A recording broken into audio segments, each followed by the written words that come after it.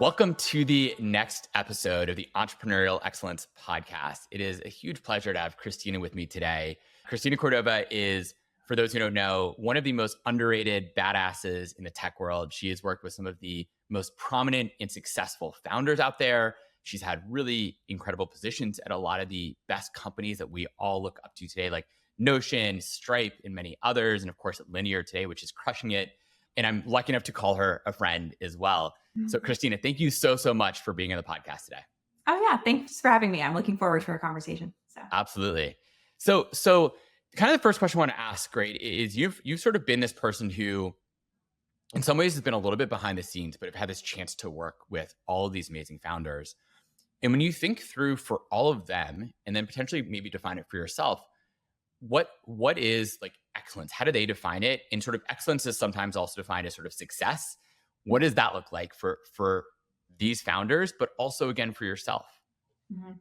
Yeah, I think for me, excellence has typically been associated in a way with like quality of output and quality of team in terms of who you're working with. And I've been able to work with lots of like good teams and then some great teams, right? But there is a spectrum. And I would say, some teams can be, better at others at different things. Like some companies have incredible like infrastructure teams and others have great product teams. And, you can find what makes you really special and then ultimately successful from that point going forward. But I think for me, I always looked at it as like, I want to work with people who I think are great. And that to me, when I think about that is, people who are like self-motivated, self-driven, who are wanting to create something great in the world, who have a really high bar for ethics and like doing the right thing by their team and by their people and by their customers. And then when I think about like what can we together like produce that's excellent, I've always loved to work at companies that are building products that other people think are excellent.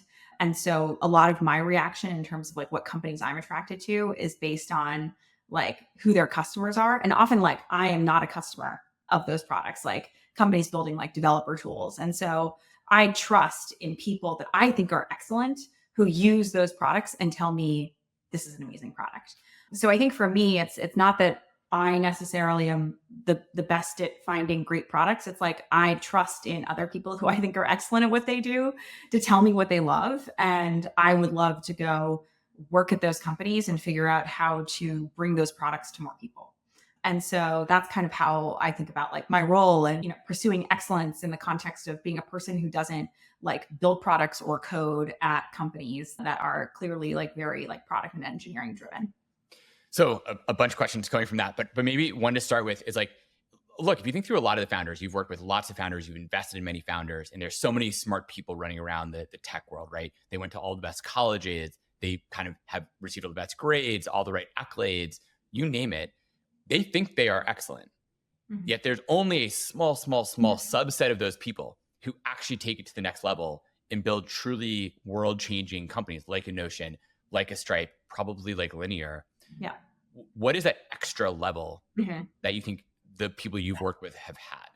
One thing I spotted for probably the first time was with Patrick and John Collison, which was, and I think it really helped that I had the opportunity to get to know them over a long period of time before I took a job at Stripe.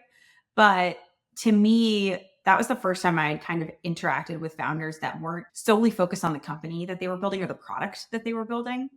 And that they were almost like, I don't know, these like modern day, like Renaissance men in a way.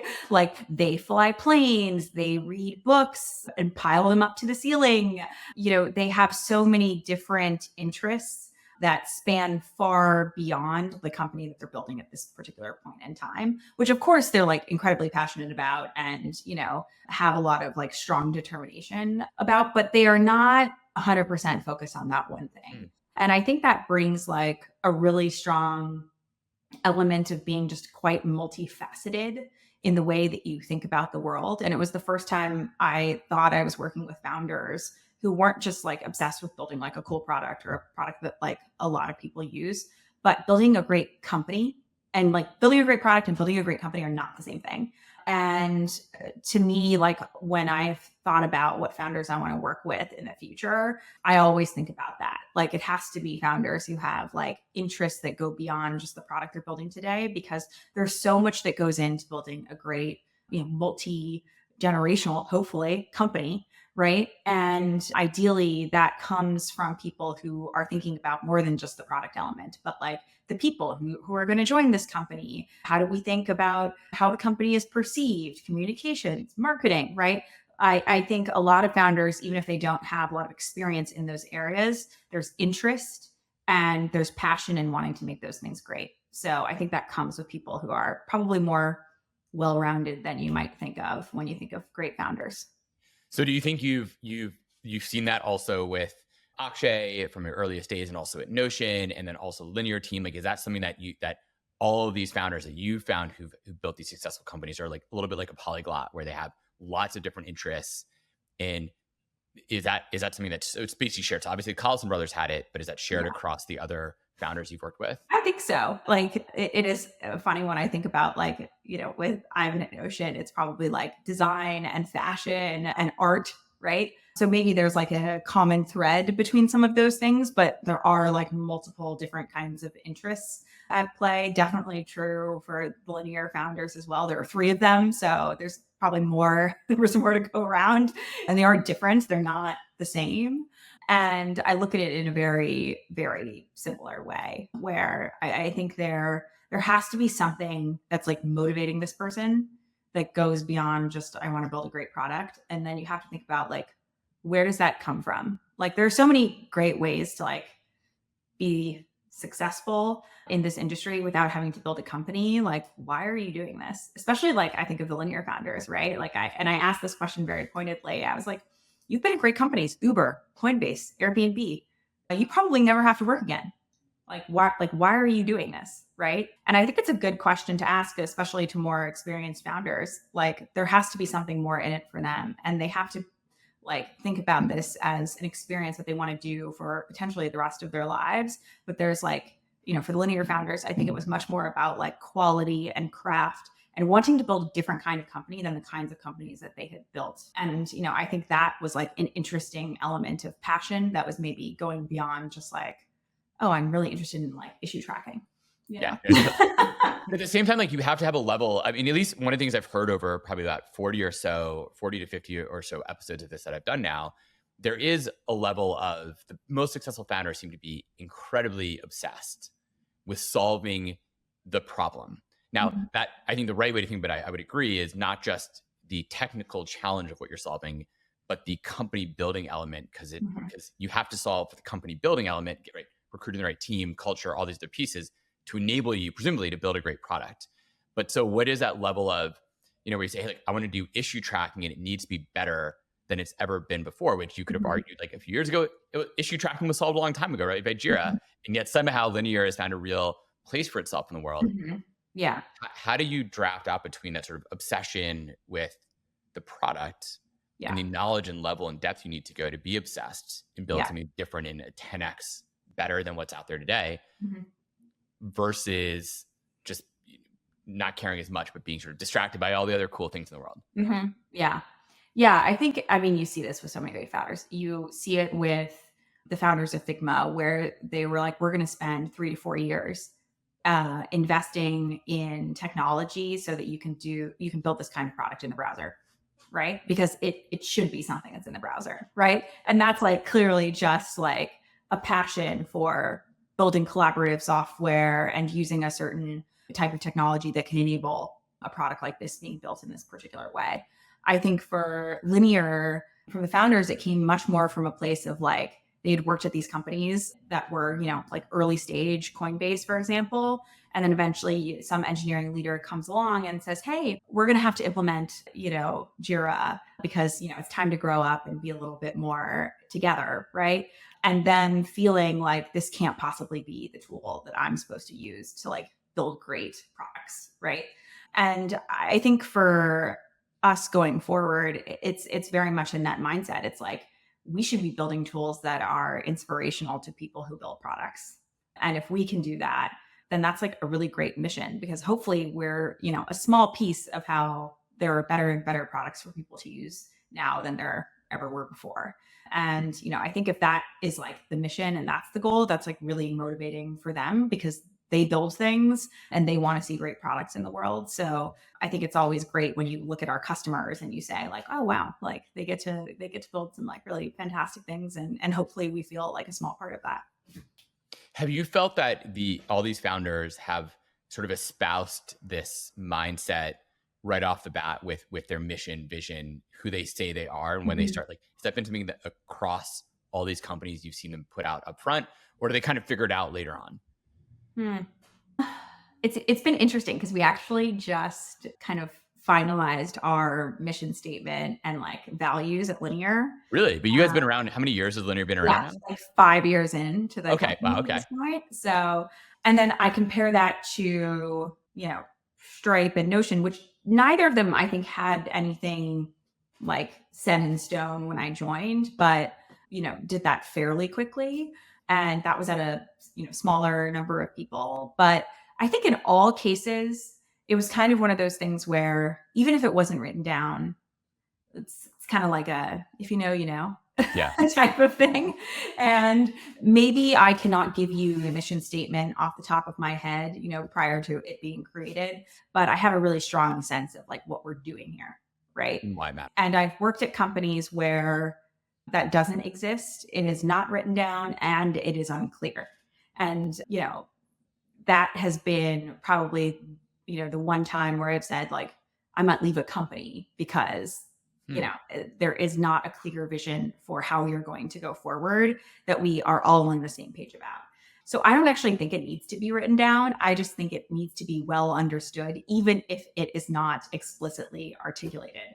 And then eventually you get to a point where you're like, okay, like we're big enough, like Linear, we're 60 people, like let's get it together and write this down and share it with everybody at our like company offsite this year.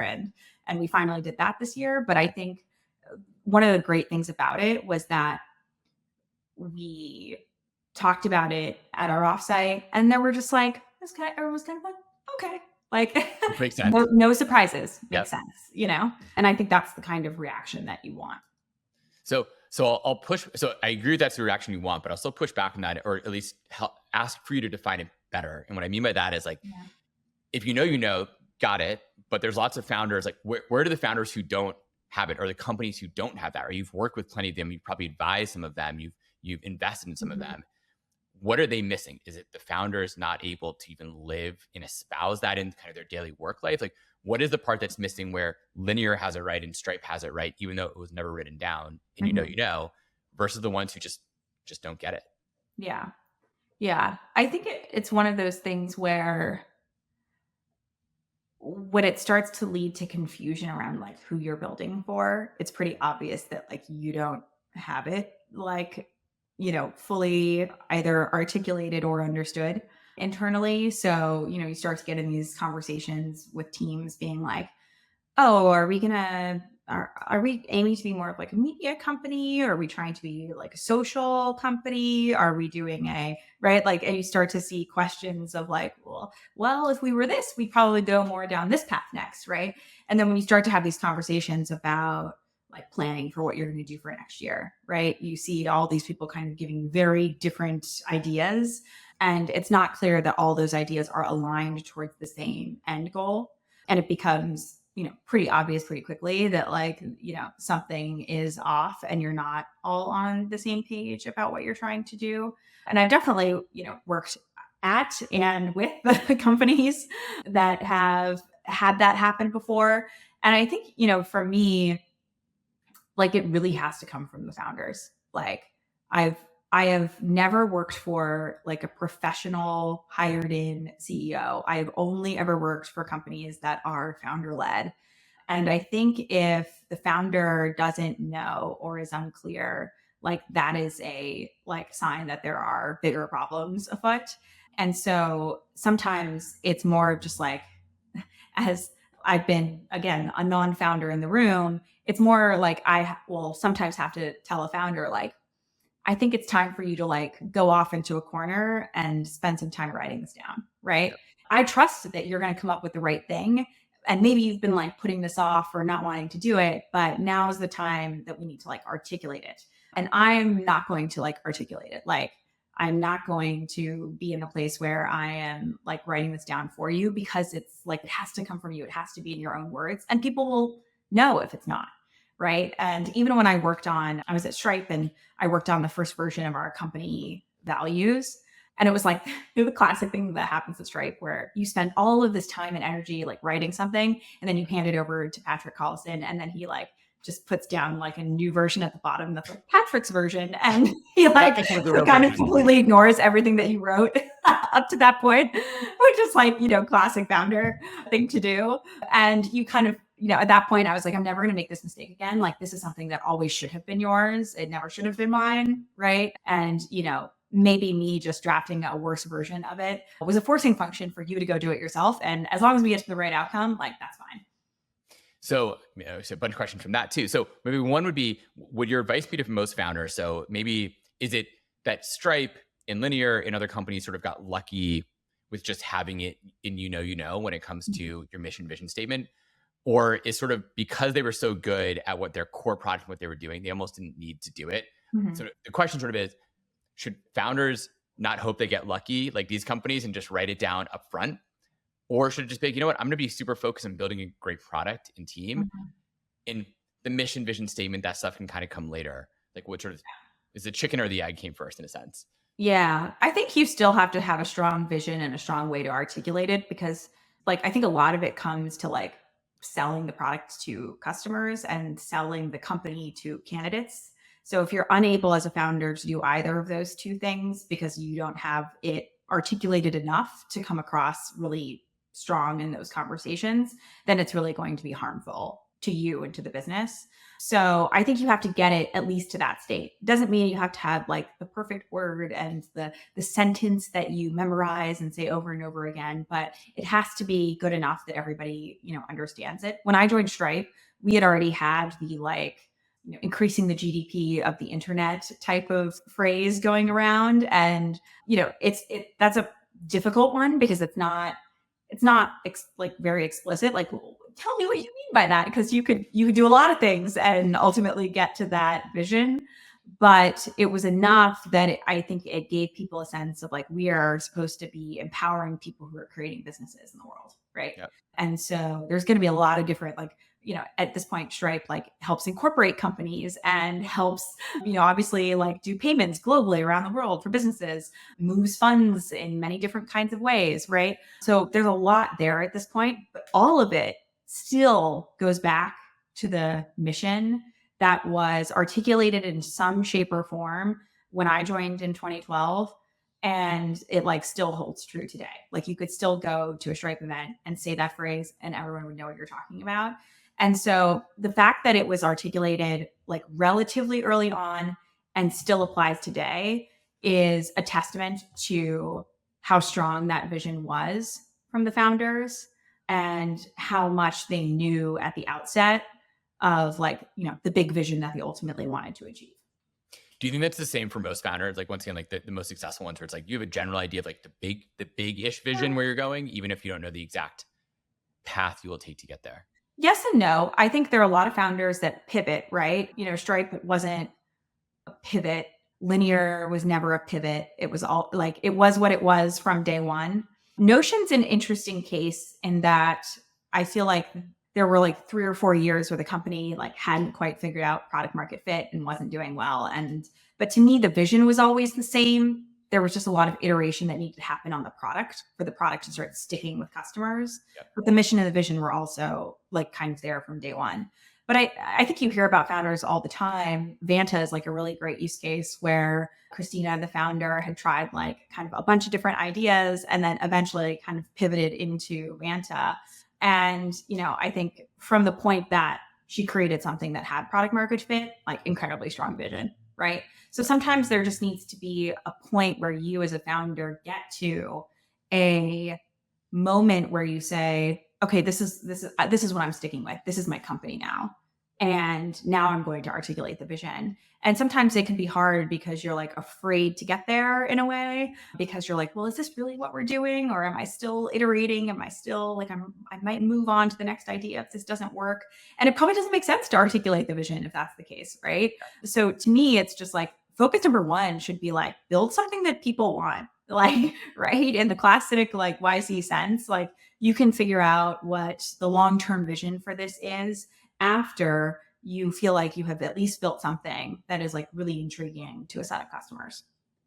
And so probably come back to that, but a question for you. You mentioned earlier about how you helped write kind of the first sort of mission vision stuff for Stripe, and Patrick just sort of tore it apart basically, right? Yeah.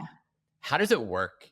And what do you advise for people who are sort of that sort of number two, or sort of the other early employees who are part of the team? Yeah. It's not your company, and Yeah. you're really smart and hardworking, and you come in and you do all this work on a bunch of different projects, and founders like, no, throw it out. How did you deal with that? How do you advise other people deal with that? And then also, when do you think when should founders bring in someone like you to the company? Mm-hmm. I've learned a lot over the years to just be less sensitive. Yeah. Just care about someone who is a founder taking your work and like not liking it, or saying, hey, like, I know you worked on this project, we're going to scrap it, which happens to me to this day. And just care less, just move on to the next thing. Like, Yep. that's always going to happen. This is their company. This is their vision. If I propose 10 ideas and 5 end up seeing the light of day, that's pretty good.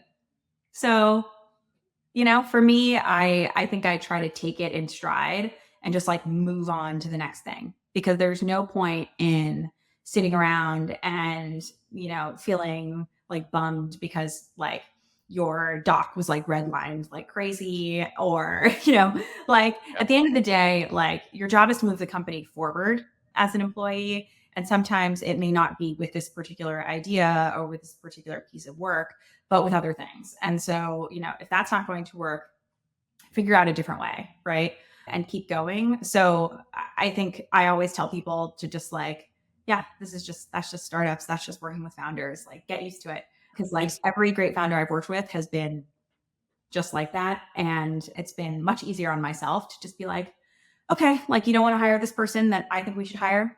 Okay, we'll find someone else. Like, just, I'll push when I think I want to push, right? Like, I don't think, like, I'm certainly not a wallflower, but I do think it's important to realize that at the end of the day, this is like their company and their baby. And there's only so much pushing you can do for someone who created this and has done so many things right to get to this point that, it's very possible they might be right about this too. So it's easier to just figure out your way of working with this person in a way that moves the company forward. So that makes sense. But at the same time, I as someone I've been in that position before myself, and I found it really difficult, especially as like you get more senior in your career, right? So maybe it's one thing when you're early at Stripe, you were young, the Collison brothers were young, everyone was figuring it out. But as you've gotten further along in your career, have you found it to be more challenging to kind of say, okay, and just move? I mean, it sounds like it's become easier, but I would also imagine in some ways you're like, I know the mistake you're about to make. Here's my advice. Do not make this mistake, because I've seen it play out this way. And with these founders who raise a ton of money, this might be their first job they've ever even had. Yeah. And you're like, please don't make this mistake. And they're still going to go do it and make the mistake because they have to learn it, which can be, I found to be very frustrating. How do you deal with it? Is it just also like, it's their company, they got to make the mistake? What do you do? Yeah. Yeah. I mean, obviously, like I've seen a lot of things work and I've seen a lot of things fail.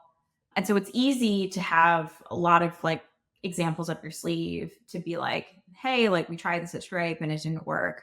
And, it's probably not going to work here. Or to say like, hey, we did this and it was really successful, we should do it here. Right. But I never kind of want to be that person who's like I don't want to be the straight person at Linear. Yeah. Right. Yep. Like the person who's always talking about how they were like at Stripe back in the day. Right. This is like a different company at a different point in time in a different market with different competitors. So a lot of the things that may have worked for us then are not going to work for us now. I say this all the time about things like selling to startups, right? Like Stripe was very, very early to that. Like now everybody kind of does it. So it's like, it's like not that interesting or unique of a like go to market play per se. So things are different and things are going to change. And I think that, I guess it's like part of it is just like life. Like you just, at this point in my life, I'm like, I have so much more going on. When I was 22, all I did was this startup. Like all I cared about was this startup and what this founder thought about the work that I was doing.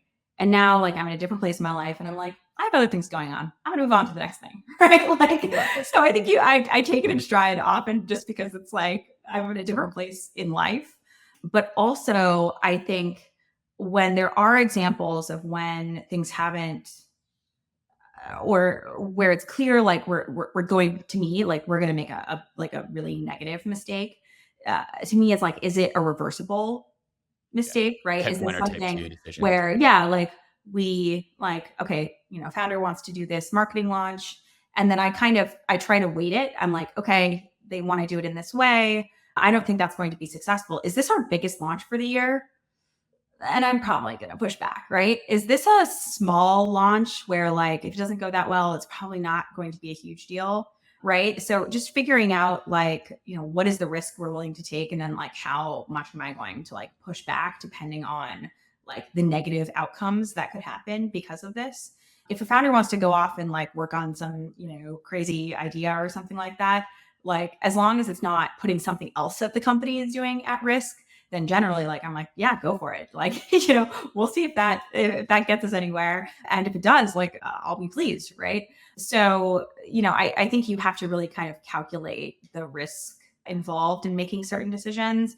And then I will often push back in a stronger way or bring the people who might have that knowledge. I have a lot of knowledge from what didn't work, not because like it didn't work specifically for me, because it didn't work for like our team or our organization. So I might not be able to articulate it in the best way. So if we did something on the marketing side at Stripe that I don't think worked really well for us or had a lot of downside, I might pull in the person from Stripe who worked on that and say, hey, like, can you talk to this founder and tell them like what you learned, right? Because it might be so much more visceral for you and you might be able to articulate it far more well than I will ever be able to, because this was something that you directly worked on. And then also maybe find ways to say, well, this didn't work for us, but maybe if you tweak it in this way, it could work for you, right? Yep. And that person might be able to bring that to the table in a way that I couldn't. What do you advise for people who want to be kind of in this sort of a senior, like chief operating officer or sort of senior person at a company? Like, how do you go about getting a job at a company when you're early on at Stripe? Or obviously, as you're getting more senior, it maybe becomes a little bit easier to get a job at a company like Notion or Linear. Mhm. But even still, there's hundreds at least of fantastic, smart candidates for these jobs. What are the things you think that help you stand out and help you stand out back in the day when it came to Stripe, which had notoriously high standards for anyone who worked there? Mhm. And I think they still do have those high standards. Mhm. How should people work to stand out in that Yeah. way? I think, for me, I was very lucky. I happened to meet Patrick Collison at a barbecue in Palo Alto with some other people and kind of got to know him more casually in a like I'm not interviewing type of way, right? But hey, like you're working on a startup, like I'm working at a startup. Let's chat about startups type of way. And I think, if you can put yourself in those kinds of situations with people where you are not like explicitly the person who's like looking for a job, but you're able to just kind of have like a real human conversation about the problems that they're having and the challenges that you're having and figure out if there's like an exchange of knowledge. I think that can be like a really great way to make yourself known to fantastic founders who may not have a role for you or may not have like anything that is a fit for you at that time, but they might remember that experience later down the line when they're looking for someone who's like you. And I think that can be really helpful. I would say the second piece to me is more, and I've seen this tactic you've done me, and it's like great. But when someone comes to the table and is like, hey, Christina, like I saw you opened up a product marketing role. I know I'm maybe not the like typical profile. Maybe you're looking for someone more senior, but I put together this like deck around how I think this product could be better marketed or something like that. Right. And like if someone comes to the table and like put time and effort into work for us and, came with like a simple, easy to read email and then, some work attached to it, I will often either reply to that email and like give that person an answer. And you may never get a human answer if you just like send your resume along, into a job site, or I will, invite that person to like spend more time with me. Right. Like, I think one of the things that Stripe did really well was bet on a lot of non-obvious talent. Like, I think about like our first marketer at Linear had never done marketing anywhere, Wow. right? And so, sometimes it's like you're maybe taking a bet on someone for a certain role. They've never done this role, but they seem smart and they seem capable. They've done other roles where like that experience is at least helpful in this role, or you're just taking a bet on someone entirely. Like we hired like a 19-year-old like Locky groom at the time to go do sales. He'd never done sales, never like, worked at a startup, right? And it's just like, there's like something special about this person and you can tell. And, you can apply them to a problem. And I think at Linear, we are actually, I think in a lot of startups, you're almost biased against the traditional hire in some ways. Like you look at like a traditional, like been in sales for 10 years person, and you're like, that's like a traditional person and they're going to come off in like a traditional way. And we don't like that at our company, right? Like I hear that all the time from founders. And I remember this with our first marketer where we were trying to hire our first marketer at Stripe. And John Collison, our founder, was like, okay, well, what I really want is like an engineer who wants to become a marketer. I was like, good luck finding that. Like, now we're never going to hire a marketer, right? And then I was thankfully introduced to Krithika at the time, who had been at Google and like basically built their like marketing websites. So like was an engineer and was technical, but then had most recently been at Dropbox as a marketer. So she wanted to not just like build the websites, but also like figure out what is going to be on this website, what's going to be the positioning and all those kinds of things. And she was like, I was like, we are never going to find anyone better than her. And now she's leading marketing at OpenAI, right? So sometimes you can find just that like little special nugget of something different about this person that like applies in a way to like your company or to your people that really comes through in a way a traditional hire wouldn't necessarily, So that's a great sort of segue into the idea of just hiring in general, like time that you spend hiring, recruiting, building a team. What has been your experience for you individually, but also for the founders that you've worked with? Like, how much time are they putting into it? What does it look like? How are there certain specific things they should try to do? Is it hire non-traditional people? Is it being sort of saying, like, Patrick, I just want to hire an engineer who wants to be a marketer, like just coming up with that idea? What are the qualifications or qualities that they all share? And I guess maybe the first question is, do you think the founders who are the most successful are ones who also are really good at recruiting?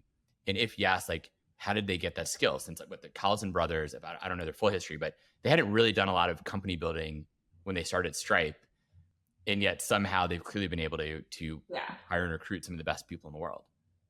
They're amazing recruiters. Like, I think the best founders in terms of recruiting that I've ever worked with. And I think that comes from a place of, again, there's this curiosity, right? Multifaceted curiosity, just like wanting to meet with really great people, even if there isn't necessarily an explicit role that they're like hiring for.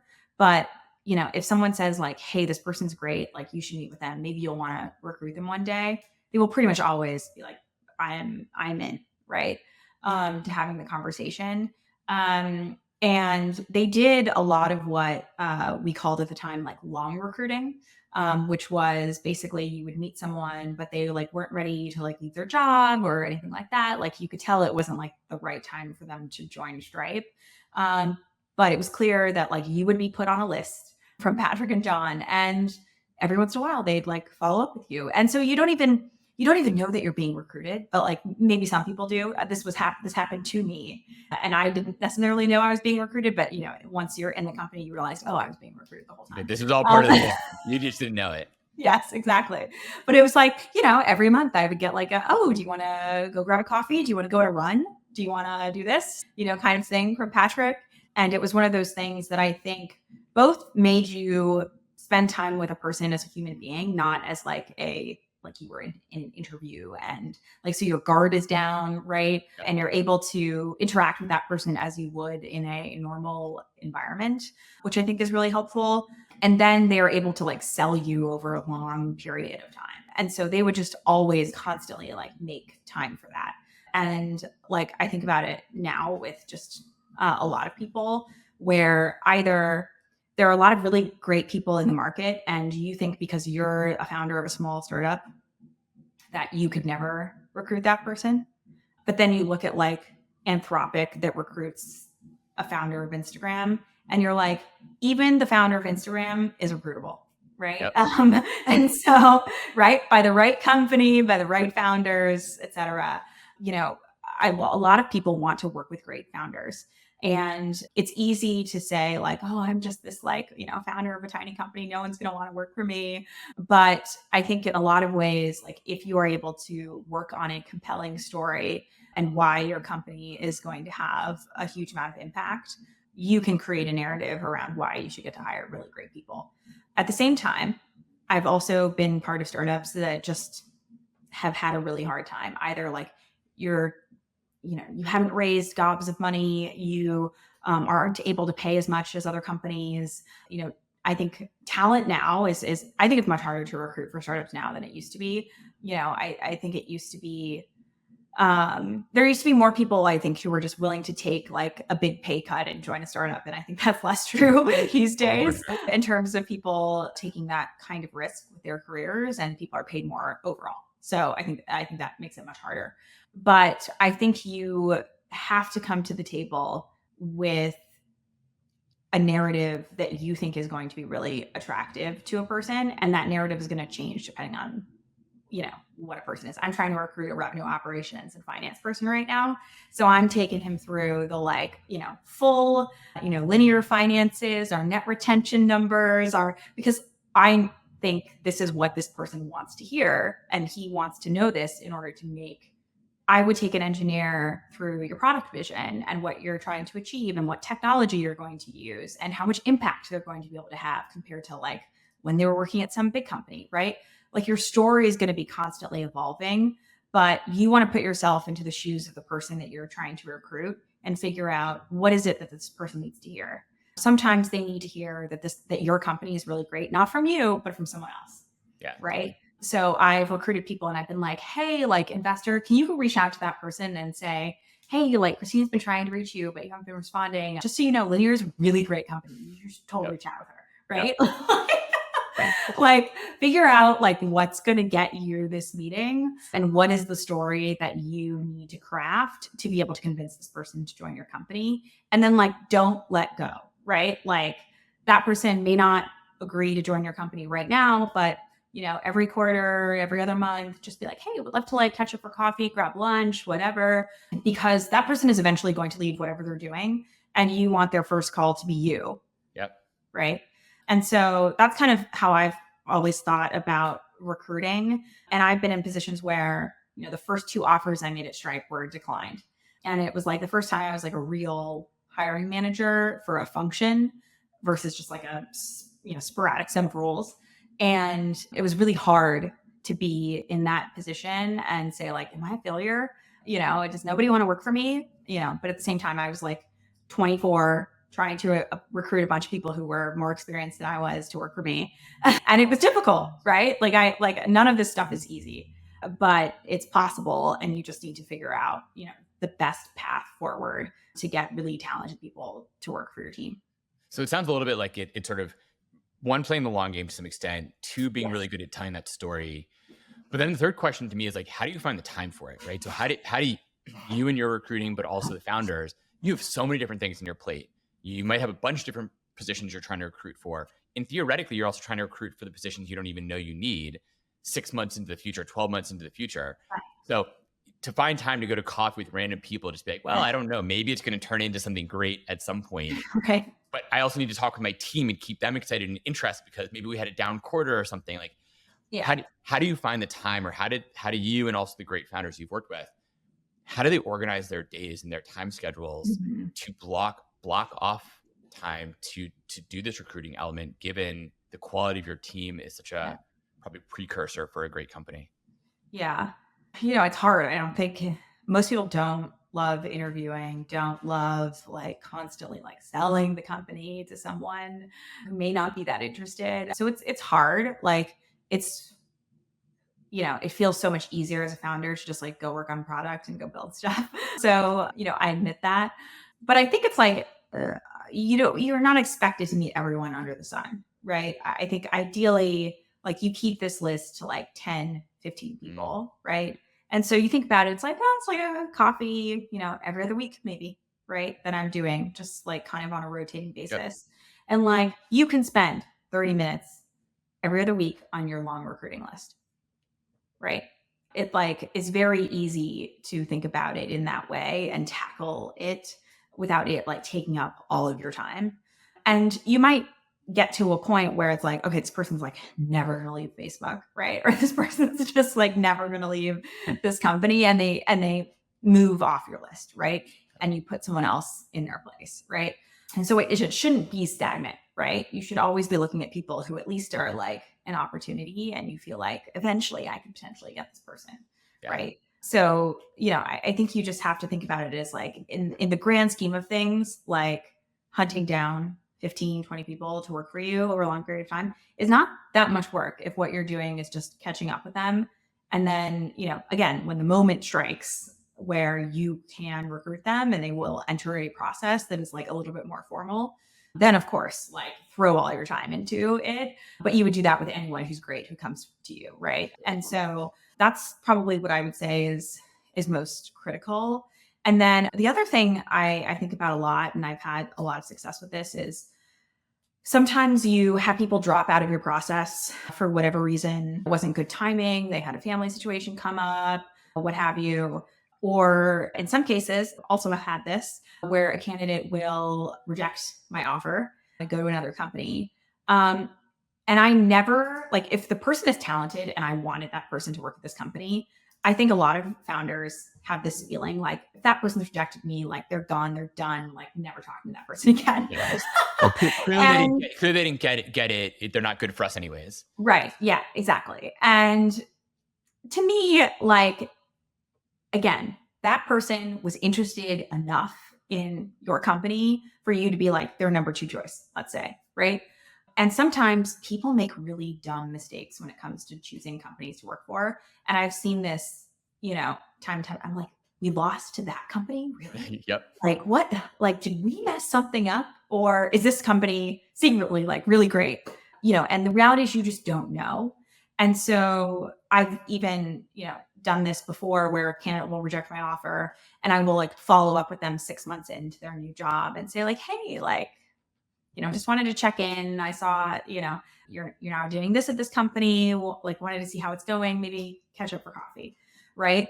And then if you have some external perspective on like that company isn't going well, that's an even better opportunity to like reach out to that person and almost just give them the opportunity to say like, hey, I feel like I kind of made the wrong call, or do you still have roles open, or that kind of thing. Like you're inviting that conversation because it's really hard, I think, for a lot of candidates, even if they know they made the wrong decision, to kind of feel like they're coming crawling back to you, right? And then secondly, when someone does reject your offer, always treat that person like with kindness in that experience. I've had several people who've rejected my offers refer candidates who I then hired from them because they had such a great experience with me and with the team. And so, I think there are a lot of ways to get to people ultimately, but like, giving everyone a great experience is like, core responsibility number one. And then two, just making sure you are saying to yourself, like, I'm going to set aside, X many hours per week to spend on recruiting. Like, it doesn't have to be 50% of your time, right? Like, it could be 5 hours a week, which is a lot of time. But if you're not doing, 10, 30-minute interviews a week, like you probably have time to do some more recruiting. And that is probably a valuable use of your time, given how important like high quality talent is to great companies. So on that note, how do you define high quality talent? Like when you think through the people you're recruiting, what are the elements you look for? Like not obviously job specific, but like general things you say, this is someone who's really high quality talent. They should be on my long recruiting list, which by the way, I love that sort of term, but like my long recruiting list, but even my short recruiting list, like you have this head of finance you Yeah. want to hire. Okay, maybe this is a near-term job you need to fill. What does great look like? There's a million people with finance backgrounds who know how to do this work, but yet you want to hire great. How do you define that? Yeah. Yeah. I guess like for me, when I think about great, talent, and let's assume we're just kind of talking about people who are going to work at startups, I would say, one for me is like you have to have like some element of like risk taking. Maybe joining a startup for you is like a risk, right? But otherwise, it can be, product decisions that you might make or go to market activities that you might be more experimental with. I think like people who are like incredibly traditional, I think often don't work out well at early stage startups in my How do you experience. define traditional? Just like what does that mean? It's like a mentality of like, I have the playbook, I know the playbook, I want Mm. to run the playbook here, right? Or slightly adjust the playbook for this company. And there have been great people who I've heard about who've joined companies and literally like, export all of their work from their previous company. And it's not to a competitive company, it's just a different kind of company. And we'll just take that work and like, copy, find and replace the Same company playbook all name. over again. Yeah. Yeah. Find and replace with the new company name and that will work, right? At maybe this new company. But I think in my experience, generally does not work. So I think for me, it's about finding someone who is like more of a first principles thinker and is willing to be like more experimental and like risk taking in their approach to things would be like things that I tend to look for. And I've always worked for like very like first principles, like not playbook oriented like founders. And so anyone that I try to recruit, like I want to make sure that they have that same perspective about building things and about working with people. Second, I would say looking for people who are really strong at communicating. I think I've been at companies that communicate in very different ways. Stripe was a heavy writing culture, heavy writing culture. And if you didn't know how to write well, you were just probably not going to be very successful. Can you get around that now with like ChatGPT to write all of your responses? Maybe that's easier now. Perhaps maybe if Stripe uploads all the documents that were ever created and then gives you feedback, like, that could be pretty easy. At other companies, I'd say at Linear and at Notion, we were like much less heavy on writing. Like there are no like 10-page documents. I couldn't even get one of our founders to read like a 10-page document. You know, like that just wouldn't work. So it's more about your like short communication and being really concise, Yep. especially because we're very async. A lot of things are happening on Slack, a lot. So it's like about your communication in that context, which is very context specific, but being concise, being straightforward, being very direct. And I think that's, I think true for all companies. I think at other companies, you might just appreciate the long form in a way that maybe Linear doesn't. And so I think being a really strong, like verbal and written communicator, depending on the formats that work best in a company, are really important. And then I would say, again, depending on the company, I think there's like an element of like creativity, which like I like to think about for certain kinds of roles. If you're doing things like marketing in particular or product, like I probably weigh that higher than if you were doing, let's say, sales or support or something like that, right? But generally, are you someone who can come up with something new, not just like take what already exists today and like make it slightly better? And again, like someone who is like really easy to collaborate with. I think, we all have great ideas potentially, but ideally we're in environments where you can talk about your ideas and those ideas can be made better because you're working together on them. And so I think in a lot of ways, people who are most successful are the people who are just like, they work better together. So I think in every company, you can figure out, at Stripe, you might call this, at some point we called it a culture fit. And then it was like, oh, that's a little unclear what that means. We created company values and then we called it more like values fit kind of consideration. And that's going to differ for every single company, but figure out what your values are and then try to find people who would say that those values are the same. When I was looking for this job, Linear, I created a list of basically company values. And I said, if these things aren't important to the founders that I'm talking to, regardless of whether they have values that are written down or what have you, then this probably isn't the right company for me. That's so you were doing your own sort of like list of things you're looking for, and hopefully probably the best candidates are as well. Are there questions that you like to ask or things you look for when you're looking for someone who like can communicate well, but also if like, do they have certain experiences, maybe not once again directly related, but they've had success at other jobs or even in school before? Like, are there certain elements where you're like, or questions you want to ask that you think are really useful to identify that sort of great person? Question I do often ask is like, in what circumstance do you feel like you've worked the hardest in your career? And like, tell me about that experience. Like, where was it? Why did you feel that you had to work really hard, or what motivated you? And I think some of that tests for like, okay, have they ever worked really hard? Number one, are they able to come up with like, this like visceral experience, that I feel like I have from those moments?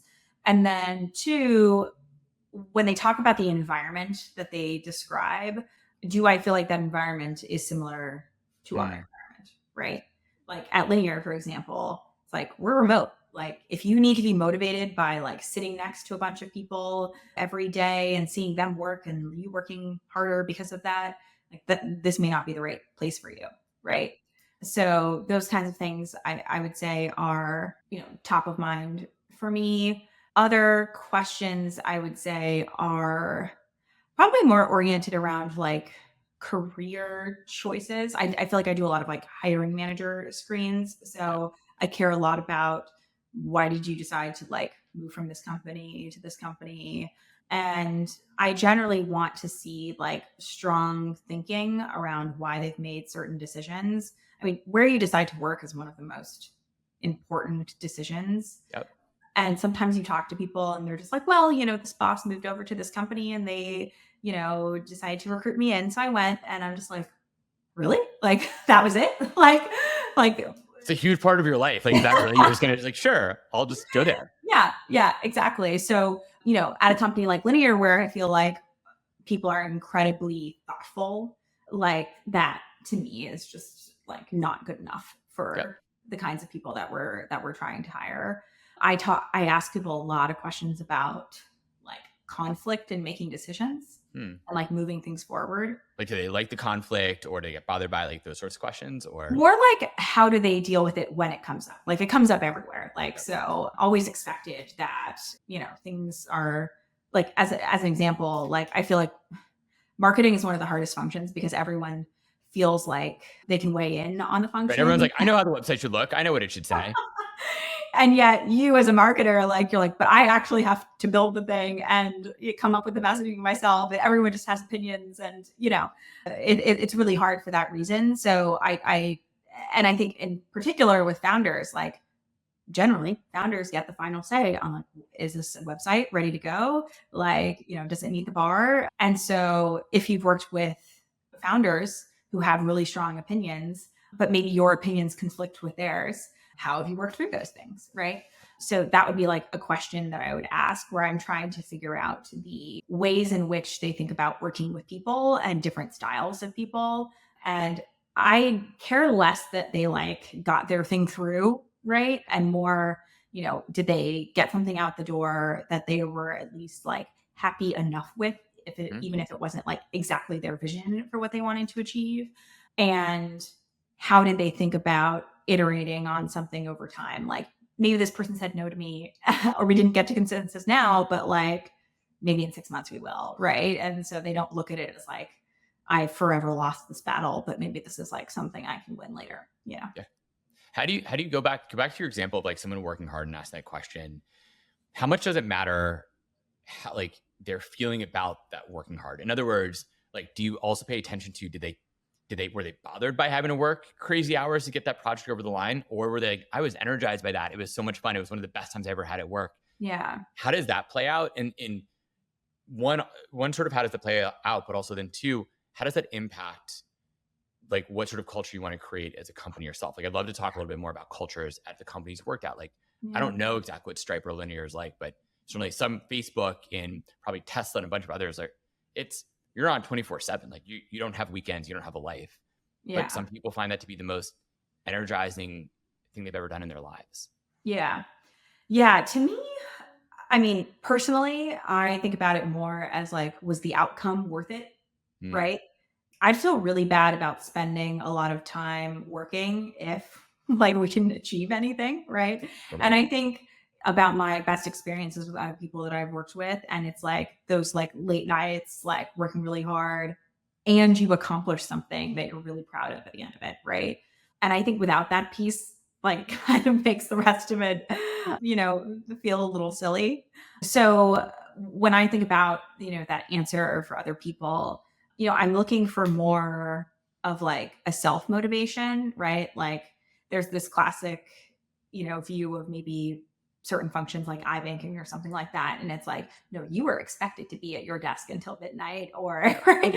And it's like we don't have that culture. Like you're never going to find that here or at any company I've worked with.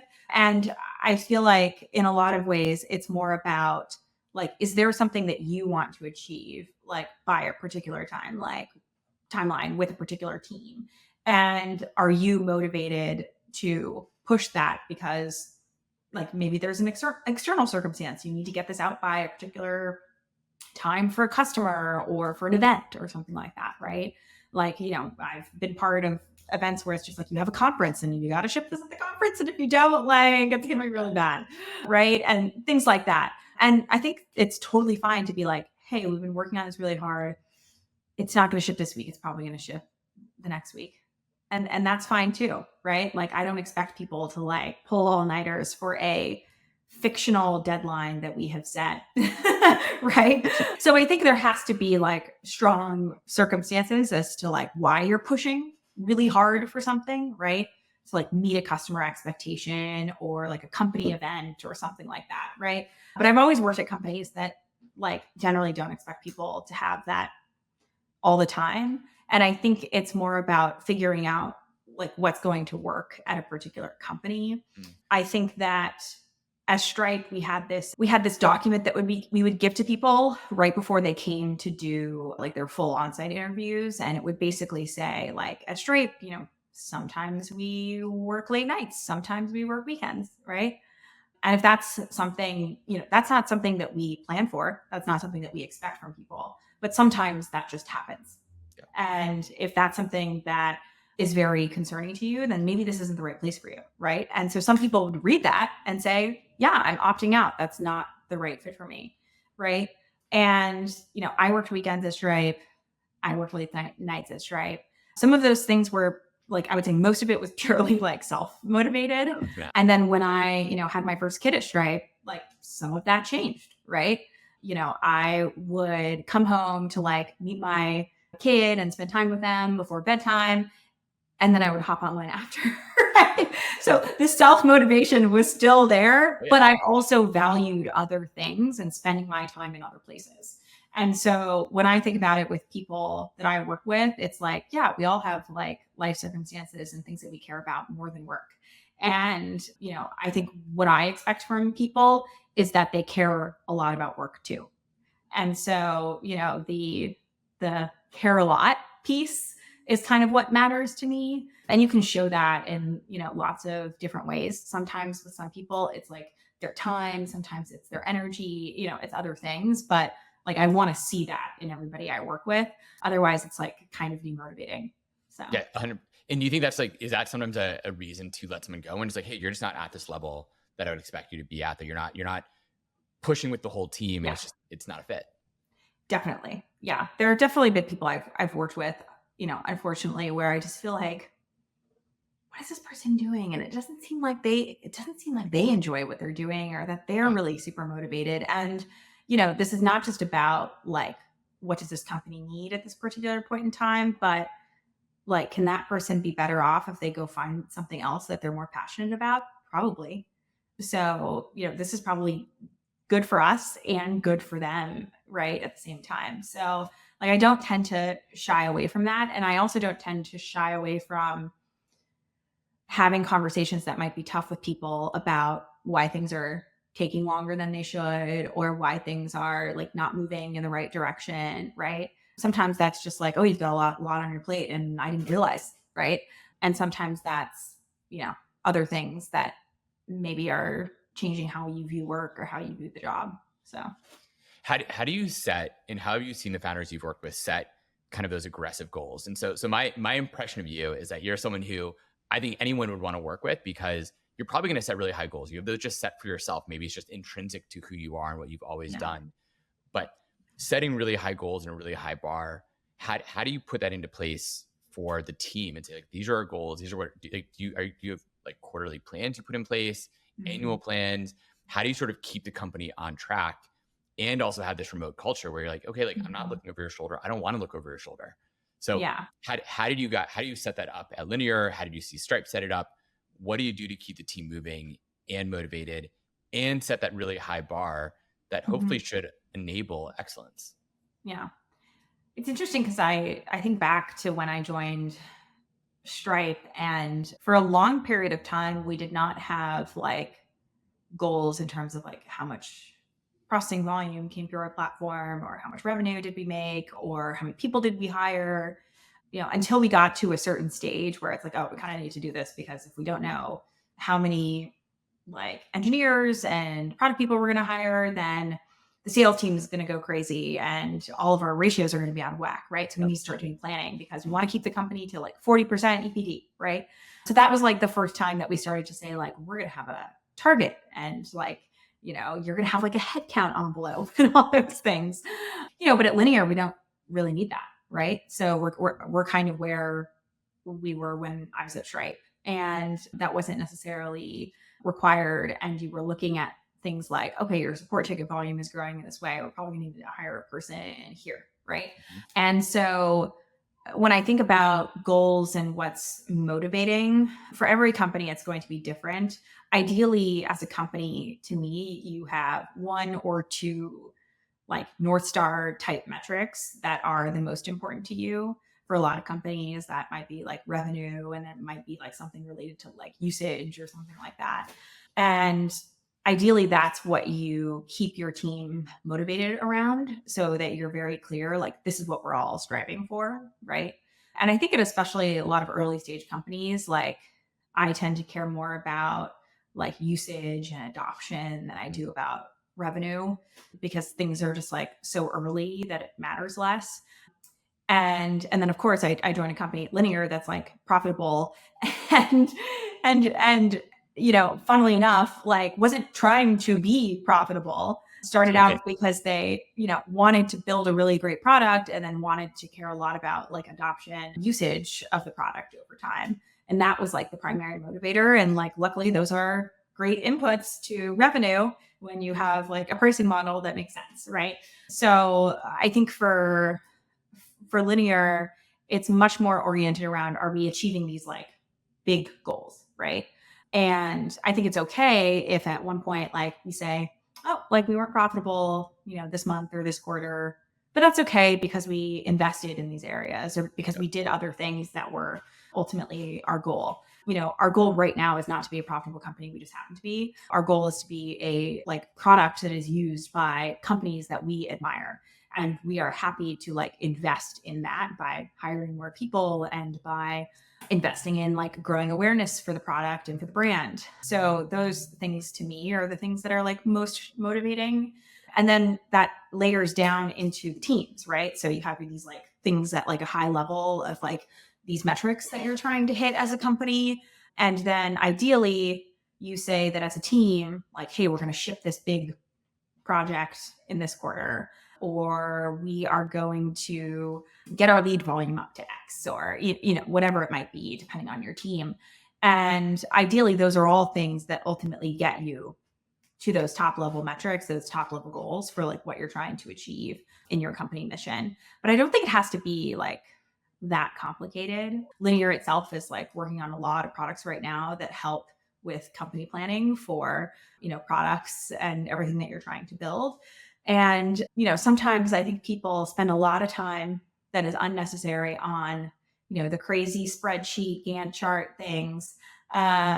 And you do all this for this like one moment in time in like January where it's all supposed to be perfect. And of course, like it all falls apart and you never Yep. look at that spreadsheet again until you're like 3 months into the year and you're like, wait, did we do any of this?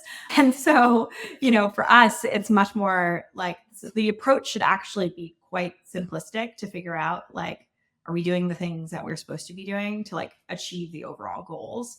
And so we try to implement that in the product that we build and then also think about that for ourselves as a company. And I assume you're planning linear on linear, right? I assume. Yeah. I would hope you're using your own Yes. product to do your own planning. Good. Yes. So walk me through. I want to be careful about time because we're getting close on time, but just really briefly, like when you think about linear today and where Stripe was when you first were there, Stripe went through super scaling, right? I mean, like grew, I don't know what percentage or multiple, but how did you handle that, or what advice would you give to other companies or certainly to linear to set yourself up for a period of super scaling? You want to hire tons of people. You want to keep your quality people you hire high, but bring on great people, keep your culture strong. How do you do that when you're bringing on, 10, 20, 30 people a month, 40 people, 100 people a month, whatever the number is? Yeah. I think you have to be really aligned around like what you're hiring for. And, I've never been at a company that like gets this perfectly right, but I think sometimes founders can often like cede control of certain functions to people who then hire for like a wildly different profile than they would like. And then you find yourself with like a 50-person sales team and you want to lay the whole team off. So to me, I look at it as like, I'm not hiring alone for any of the functions that I work with. And like right now, we're small enough where like a founder can be part of every like hiring loop. Did And I you want to find that the founders are at Stripe and in Linear, do yeah. they still talk to every single candidate before you make an offer, or Yeah. and Yeah. So how long did that go? at this scale at Stripe, they were still doing it probably up to like 200 people at Wow. least. They were interviewing everybody as like, the final interview. And then it changed from the founders to like very senior, like 5, 6 person leadership team needing to interview every single person. And then from there, we ended up creating this like a talent committee, talent review type of group. Amazon has this like concept of a bar raiser type of program. So just a bunch of people who are trained on, assessing for like, is this person self-driven, motivated, a good values fit, like all those kinds of things that could apply to any role, regardless of what it is. So there are ways to kind of like scale that, like how do you keep the quality bar up over time type of thing. But I think the people who are doing that have to feel really empowered to like blackball basically like a candidate and say like, hey, like this person like shouldn't be hired. And that's really hard to do.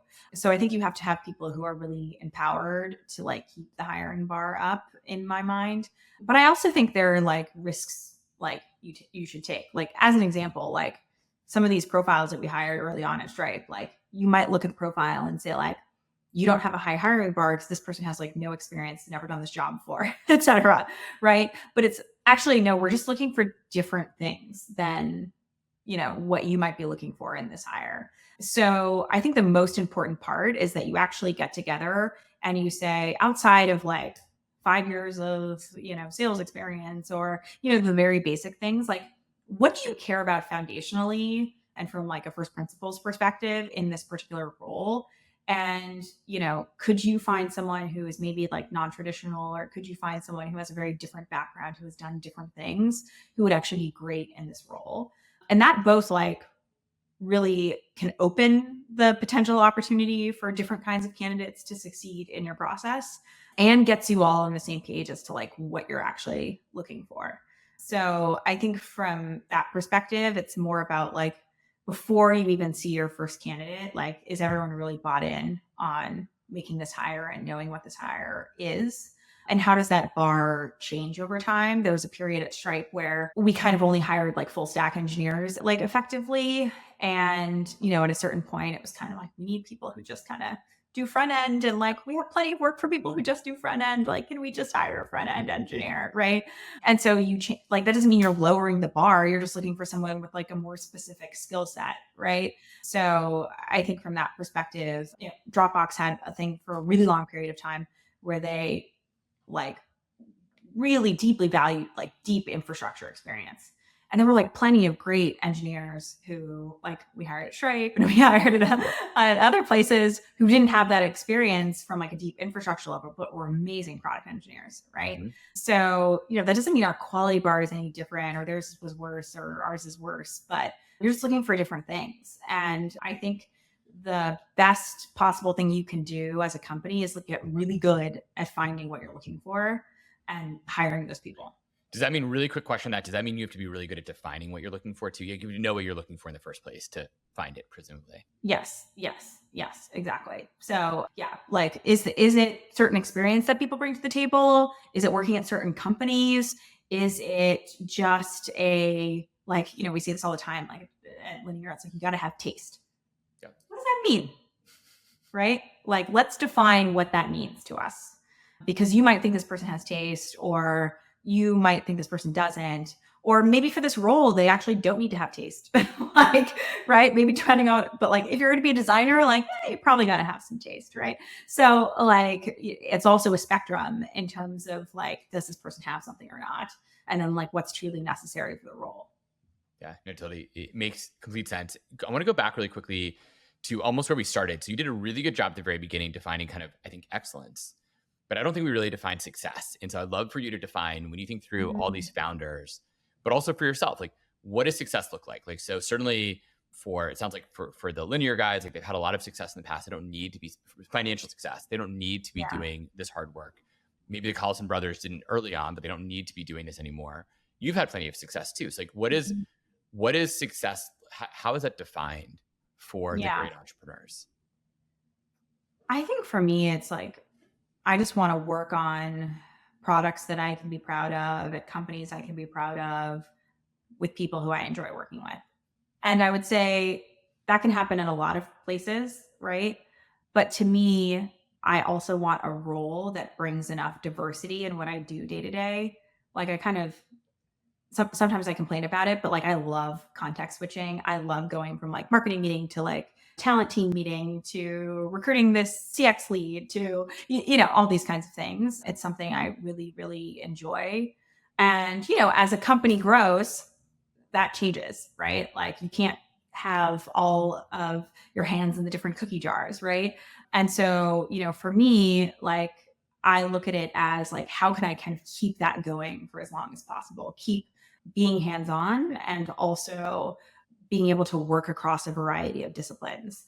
So to me, like I really enjoy that. It's something that I love to do. And then in combination with like a product I can be proud of and people that I love working with, like that's success for me in terms of like my professional life. And then being able to have like alongside that, like enough time to like invest in like my family and like a great personal life is also important to me. Yeah, 100%. And do you think that the great founders you've worked with, or either work with directly or just invested in or know, do you think they have a similar drive? I mean, do you think for some of them, it's financial? Is it for other people, it's the same sort of idea of like, I just want to build great things? Like, what is it? Yeah. I don't think it's financial. I mean, any founder that I've worked with, in the last decade or so, like could have sold their company for a lot of money and had a great financial exit with a lot less work. So to me, I don't think it's financial. I think like I'm incredibly like achievement oriented. I do find that a lot of founders like maybe less achievement oriented because they're risk takers in a way that like standard achievers are not in a way. And I think for them, a lot of it is like they want to see something that they created out into the world and like affecting a lot of people. So there's like a strong motivation there, and just like, I want this thing in people's hands and I want people to love it. And I think those are the best founders. Like I tend to not find the founders who want like fame or money or these other kinds of things to be the founders that I typically want to work with. So yeah, finding people who I think are striving to build something that they think is going to really impact the world in like a unique way and want to do that also because they enjoy it. I'm smiling a little bit because I was actually interviewed on a podcast myself yesterday, and one of those one question I actually defined why I do what I do, sort of the same way you just did. So hopefully it means I'm on the right path.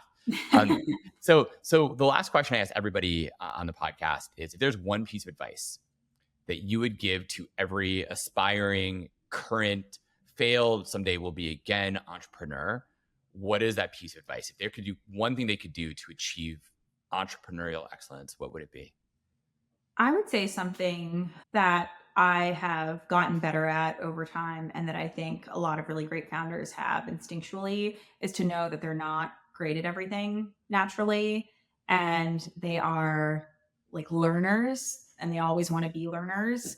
And so meeting with people who they think have like really great experience that they can learn from or, reading a book that might give them a particular insight into something that they didn't already have, like those are the kinds of traits that I would say tend to lead to people who not just like are great at like being the founder of a seed stage startup, but also get to be the kind of founder who, takes a company public and stays with a company for decades, right?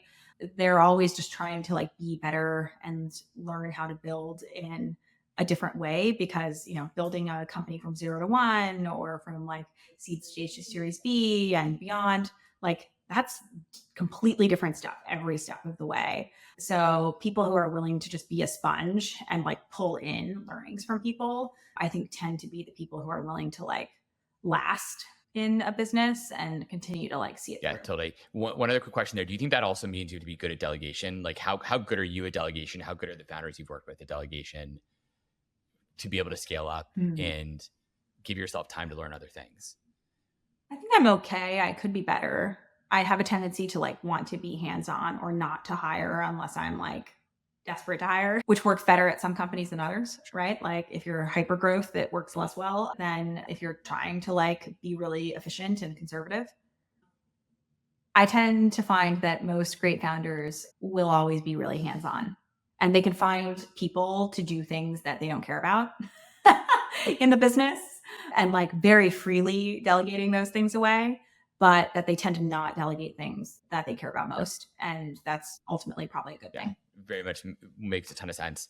Christina, where can folks find you if they want to get in touch, if they want to apply for a job at Linear and come work for you and live up to your high standards? How can folks find you and learn more?